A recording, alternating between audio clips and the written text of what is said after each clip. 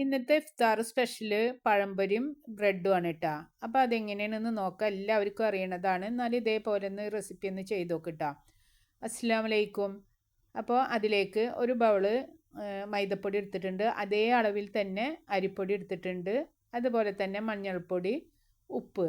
എന്നിട്ട് പാകത്തിന് വെള്ളമൊഴിച്ചതിന് ശേഷം ഒന്ന് മിക്സ് ചെയ്ത് വെക്കുക. ഇത്ര മാത്രം മതിട്ടാ. അതിലേക്ക് കോഴിമുട്ട വേറെ ഒന്നും അപ്പസോഡ ഒന്നും ചേർക്കേണ്ട ആവശ്യമില്ല. പക്ഷെ 1 മണിക്കൂർ തന്നെ വെയിറ്റ് ചെയ്ത് വെക്കണം. സോക്ക് ചെയ്ത് വെച്ചെങ്കിലാണ് പഴംപൊരി നന്നായിട്ട് പൊള്ളച്ച് വരുള്ളൂ. അപ്പോൾ ഞാൻ ഇതിലേക്ക് എടുത്തിട്ടുള്ളത് ഒലിവ് ഓയിലാണ് എടുത്തിട്ടുള്ളത്. എന്നിട്ട് അതിലേക്ക് നമ്മൾ 1 മണിക്കൂർ മാവ് എടുത്ത് വെച്ചിട്ട് അത് ഫ്രിഡ്ജിൽ വെച്ചാൽ ഏറ്റവും നല്ലതാണ്. ഇല്ലെങ്കിൽ ഫ്രിഡ്ജിൽ വെച്ചിട്ട് പിന്നെ കുറച്ച് നേരം കൂടി പുറത്ത് വെക്കണം കേട്ടോ. ഇല്ലെങ്കിൽ കുഴപ്പമൊന്നുമില്ല, പുറത്ത് വെച്ചാലും മതി. അതിന് ശേഷം നമ്മൾ എണ്ണ നല്ല തിളച്ചതിന് ശേഷം ഇതിലേക്ക് ഇട്ട് കൊടുക്കുക. പിന്നെ പഴംപൊരി നീളത്തിൽ അരിയണേക്കാൾ നല്ലത് സൈഡ് കട്ട് ചെയ്തിട്ട് അരിഞ്ഞാൽ പെട്ടെന്ന് തന്നെ നമുക്ക് വെന്ത് കിട്ടും ചെയ്യും. അതേപോലെ തന്നെ മൊരിഞ്ഞ് കിട്ടും ചെയ്യും കേട്ടോ. അപ്പോൾ ഒരു ഭാഗം തന്നെ പെട്ടെന്ന് തന്നെ ആയി കിട്ടും. സൈഡ് കട്ട് ചെയ്തിട്ട് എപ്പോഴും നീളത്തിൽ അരിയണേക്കാൾ നല്ലത് സൈഡ് കട്ട് ചെയ്തിട്ട് ഇടണം. അപ്പോൾ പെട്ടെന്ന് തന്നെ നമുക്ക് പാകത്തിൽ മൊരിഞ്ഞ് കിട്ടും കേട്ടോ.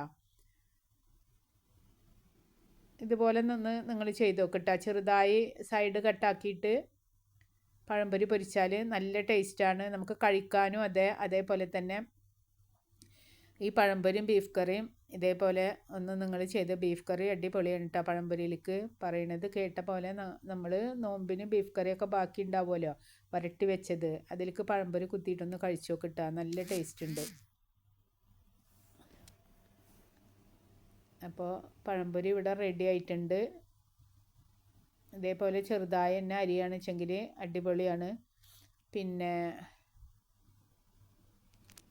നീളത്തിൽ അരിഞ്ഞാൽ പിന്നെ ഫ്രൈ പാനിൽ ഇട്ടിട്ടാണല്ലോ നമ്മൾ പൊരിച്ചെടുക്കുക. ഫ്രൈ പാനിലിട്ട് പൊരിച്ചെടുത്താൽ ഇത്ര തന്നെ മൊരിഞ്ഞ് കിട്ടില്ല.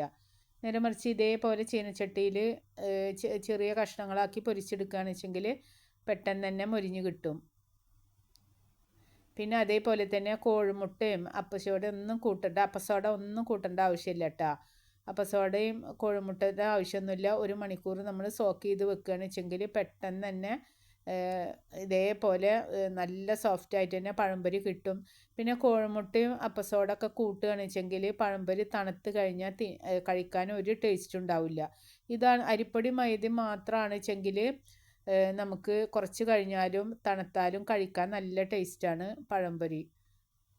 അപ്പോൾ ഇതേപോലെ ഒന്ന് ട്രൈ ചെയ്തിട്ട് നിങ്ങൾ കമൻറ്റ് പറയുക. ഇഷ്ടപ്പെട്ടാൽ ലൈക്ക് ചെയ്യുക, ഷെയർ ചെയ്യുക, സബ്സ്ക്രൈബ് ചെയ്യുക. അതേപോലെ ഞാൻ ഇന്ന് ബ്രെഡ് എടുത്തിട്ടുണ്ട് കേട്ടോ. ബ്രെഡിന് ഞാൻ മാവ് എടുത്തിട്ടുള്ളത് ഇതേപോലെ തന്നെ മൈദയും അതേപോലെ അതിലേക്കൊരു കോഴിമുട്ട കൂട്ടിയിട്ടുണ്ട് കേട്ടോ. അതേപോലെ മഞ്ഞൾപ്പൊടി, ഉപ്പ്, അരിപ്പൊടി ഇട്ടിട്ടില്ല.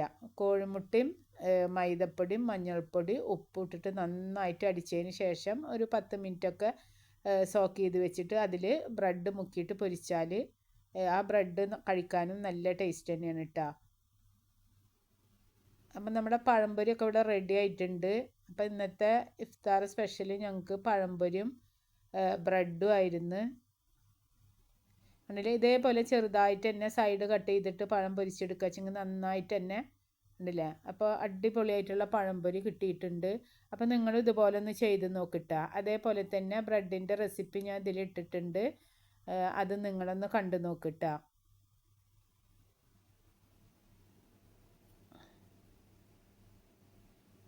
കണ്ടില്ലേ, മൈദയും കോഴിമുട്ടയും മഞ്ഞൾപ്പൊടിയും ഇത്തിരി മല്ലിച്ചപ്പ് ഇട്ട് കൊടുക്കട്ടോ. അതേപോലെ തന്നെ ഉപ്പും. എന്നിട്ട് നന്നായിട്ട് തന്നെ അടിച്ചെടുക്കുക. കോഴിമുട്ടയും മൈദയും മഞ്ഞൾപ്പൊടിയും ഉപ്പും മല്ലിച്ചപ്പും ഇട്ടിട്ട് നന്നായി അടിച്ചെടുത്തതിന് ശേഷം ഇതേപോലെ തന്നെ നെയ്യ് ഒഴിച്ചിട്ട് ബ്രെഡ് അതിലേക്ക് വെക്കുക. തിരിച്ചു മറിച്ചു ലോ ഫ്ലെയിമിൽ തീ വെച്ചതിന് ശേഷം തിരിച്ചു മറിച്ചു ഇട്ട് കൊടുക്കട്ടോ. അപ്പോൾ അസ്സലാമു അലൈക്കും. ഇഷ്ടപ്പെട്ടാൽ എല്ലാവരും സബ്സ്ക്രൈബ് ചെയ്യണം. അടുത്ത വീഡിയോ ആയിട്ട് കാണാം.